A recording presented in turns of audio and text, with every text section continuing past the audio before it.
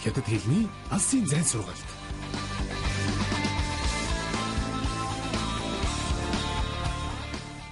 Сайн байцгаана уу үзэгчдээ, та бүхэнд өнөөдрийн мэндийг хүргэе. Хятад хэлний анх шатны хичээл эхлэхэд бэлэн боллоо. Үгийн сангийн өмнөх хичээлээрээ бид чөлөө цаг гэсэн сэдвийн хүрээнд шинэ үгсийг хамтаа сурсан. Үдсэн хичээлээ эргэн нэг санья. Чү ёу юн. Сэлхээр явах. Тэн чи зэмэян. Цаг агаар ямар байна? Зоотен. Өчигдөр. Жинтен. Өнөөдөр. Даачөө. Бомбог тоглох гэх мэт үгсийг үтсэн билээ. Ингээ үгийн сангийн анх шатны 7 дугаар хичээл эхэлж байна. Өнөөдрийн хичээлээр бид шинэ хичээлийн удирдал гэсэн сэдвийн хүрээнд шинэ үгсийг хамтаа сурах болно. Та бүхэн хичээлдээ идэвхтэй оролцож бичиж тэмдэглэхтэй бэлдээрэй.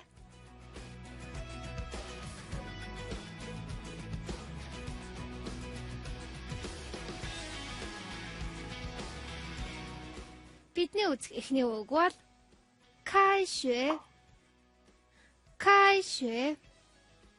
Хичээл сургууль эхлэх гэсэн утгатай үйл үг байна.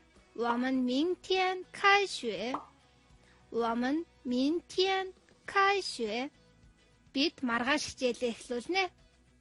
Дараагийн үг бол kan. Харах, үзэх гэсэн утгатай үйл үг байна. 看老师. Багшийг харах. Дараагийн үг бол问.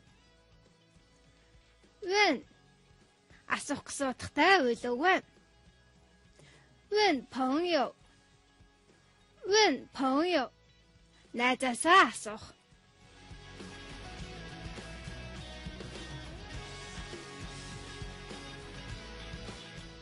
Дараагийн үзэх үг бол 一下. Монгол хэлнээ үйл үгийн ар залгаждаг, тэгээд ингээд гэсэн утгуудыг илэрхийлж маш богино хугацаанд үргэлжлэх үйлдэлээр хэрэглэдэг. Жишээлбэл when боёо асуух үгэн залгагдаж when ишя. Асуугаатхыг хэмээн үйл хөдлөл өгүүлбэрийн өнгө аясыг төлөвлөрүүлэн хэлэхэд хэрэгжилж байна. Мөн рэнши боёо таних гэсэн үгтэй холбогдож рэнши ишя. Танилц гэсэн утгатай болох нэ. Дараагийн үг бол минпен. Нэрийн утга гэсэн утгатай нэр үг байна. 我的名片. Миний нэрийн утас гэж хэлж болох нэ. Дараагийн үг бол 教授. Профессор гэсэн утгатай нэр үг байна. Энэ үгэнд орсон 教 гэдэг үгийг нэгдүгээр хөгөөр дуутахад заах, сурах гэсэн утгатай үйл үг болдог байна. 张教授. Жам профессор гэж хэлдэг байна.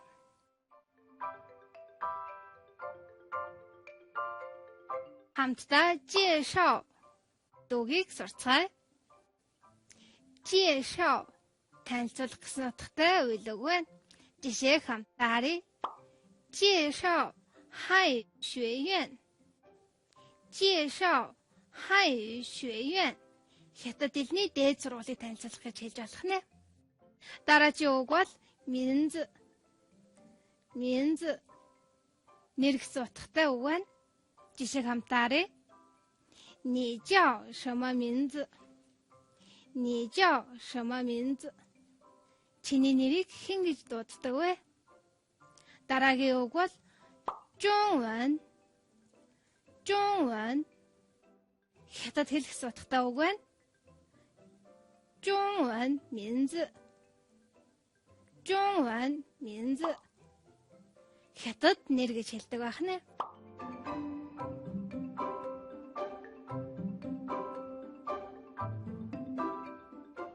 Дараагийн үг бол 专业. Мэргэжил гэсэн утгатай нэр үг байна. Жишээг харъя. 语言专业. Хэлний мэргэжил гэж хэлж болох нэ. Дараагийн үг бол 美术. мэйшүү Монгол хэлний дүрслэх урлаг уран зураг гэсэн утгуудыг илтгэдэг. Шүэши мэйшүү. Шүэши мэйшүү. Дүрслэх урлаг сурах гэж хэлж болох нэ. Дараагийн үг бол вэншүэ. Вэншүэ. Уран зохиол гэсэн утгатай нэр үг байна. Жунго вэншүэ. Жунго вэншүэ. Хятадын уран зохиол гэж хэлж болох нэ.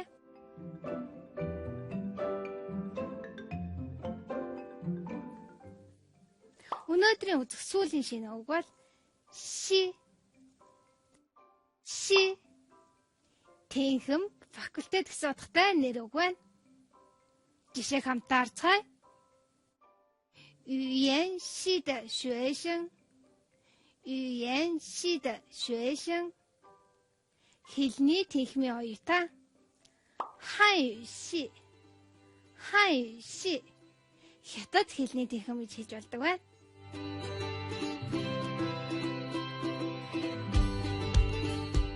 Одоо бүгдээрээ үдсэн шинэ үгсээ өгүүлбэрт хэрхэн хэрэглэхийг харцгаая.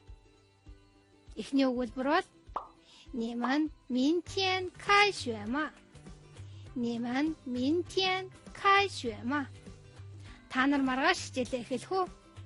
Дараагийн өгүүлбэр бол 问一下您是不是我们学院的老师？问一下您是不是我们学院的老师？ Асууж болох уу? Та манай дээд сургуулийн багш мөн үү?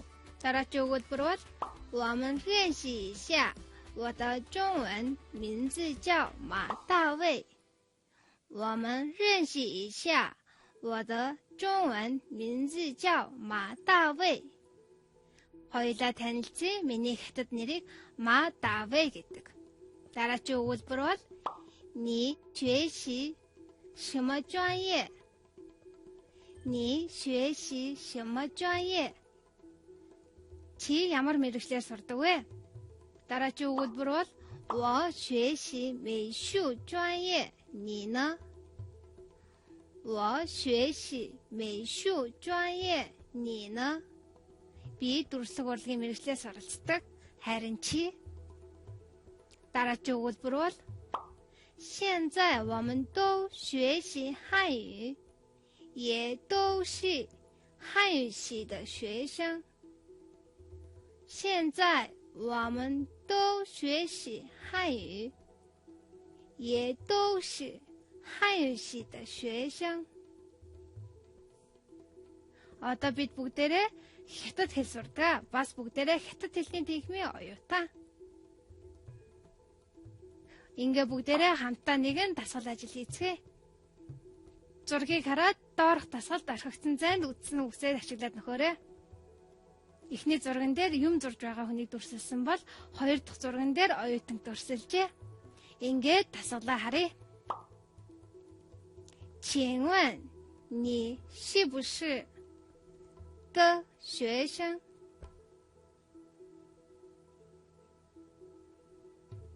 是，我是汉语系的学生。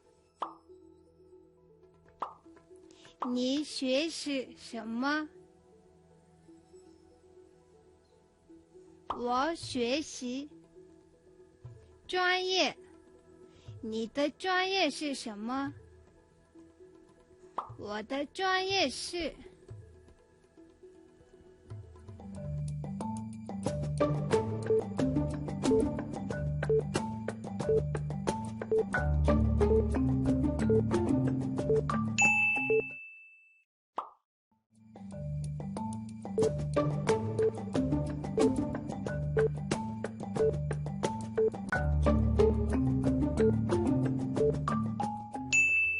하루따 암따르차?